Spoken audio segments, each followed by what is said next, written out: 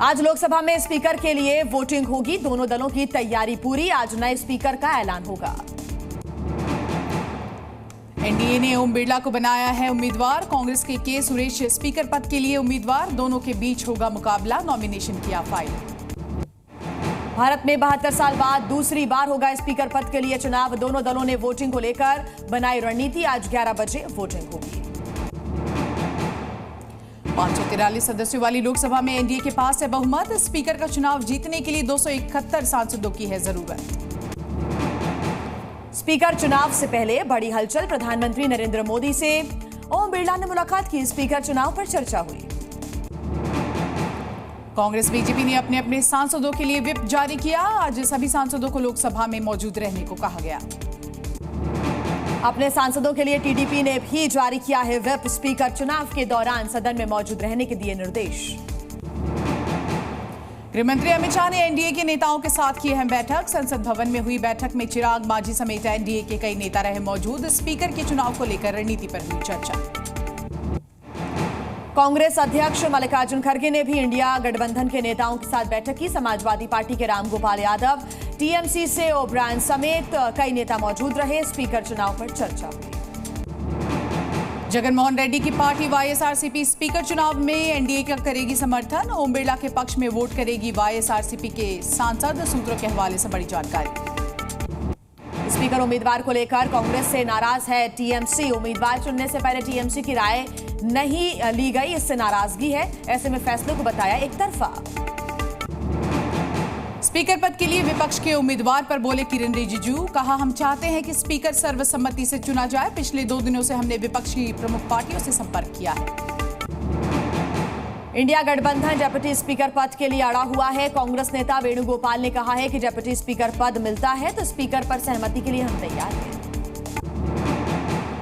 Speaker चुनाव को लेकर कांग्रेस सांसद राहुल गांधी का पीएम मोदी पर वार। बोले, मोदी कहते कुछ और है, करते कुछ और। विपक्ष करेगा बीजेपी के स्पीकर को सपोर्ट, लेकिन डिप्टी स्पीकर विपक्ष का हो।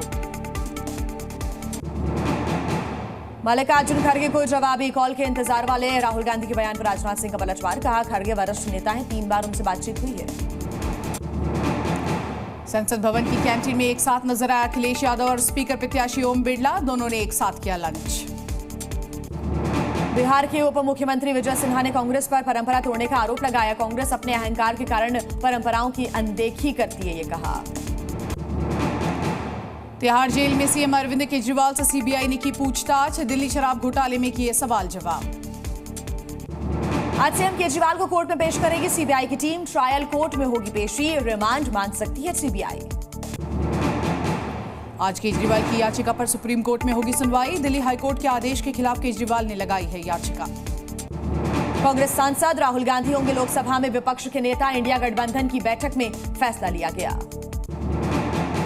राहुल को विपक्ष के नेता बनने पर पप्पू यादव ने दी बधाई। राहुल को बताया जनता की आवाज। लोकसभा में राहुल गांधी और अखिलेश यादव ने शपथ ली। शपथ ग्रहण के दौरान लगे संविधान बचाओ के नारे। शपथ के बाद राहुल गांधी ने कहा, जय संविधान। बीजेपी सांसद के शपथ के दौरान हुआ हंगामा। अतुल गर्ग ने शपथ लेने के बाद कहा, हेडगेवार जिंदाबाद, मोदी जिंदाबाद के भी लगाए नारे। एआईएमआईएम चीफ असदुद्दीन ओवैसी ने ली सांसद पद की शपथ। शपथ के बाद लगाया विवादित नारा। कहा, जय भीम, जय भीम के साथ उन्होंने फिलिस्तीन के समर्थन में नारे लगाए। विवादित बयान पर असदुद्दीन ओवैसी की सफाई। बोले, जो कहा सभी के सामने कहा, किसी को खुश करने के लिए नहीं कहा। विवादित नारे को लेकर असदुद्दीन ओवैसी के खिलाफ राष्ट्रपति से शिकायत की गई है। सांसद सदस्यता रद्द करने की मांग की गई।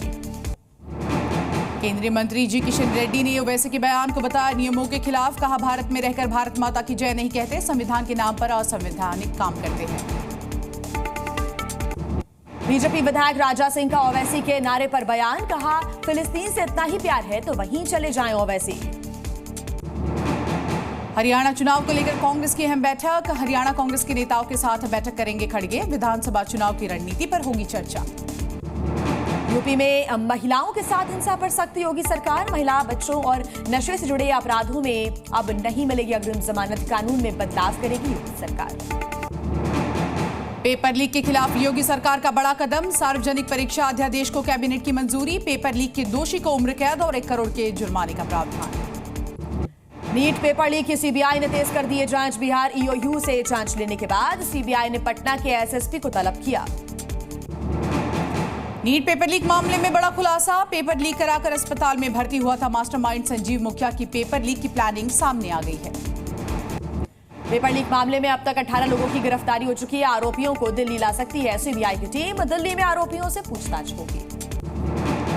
नीट पेपर लीक के खिलाफ जेएनयू छात्र संघ का विरोध प्रदर्शन। आज जंतर मंतर पर प्रदर्शन करेंगे कार्यकर्ता।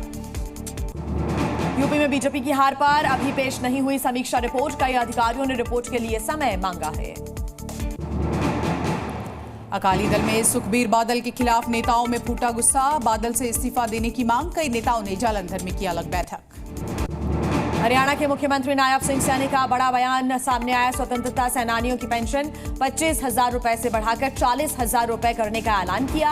आपातकाल के दौरान लड़ने वालों की भी पेंशन 1 जुलाई से लागू होगी। मध्य प्रदेश के शिवपुरी में केंद्रीय मंत्री सिंधिया का टूटा मंच। आभार सभा में बारिश के कारण गिरा टेंट। समर्थकों में मची भगदड़। आज से नया दूरसंचार कानून लागू होगा। दूरसंचार सेवा को नियंत्रण कर सकेगी सरकार। मुंबई कॉलेज में हिजाब बैन पर आप देखिए आज हाईकोर्ट सुना सकता है अपना फैसला। कॉलेज ने बैन को बताया था ड्रेस कोड का हिस्सा।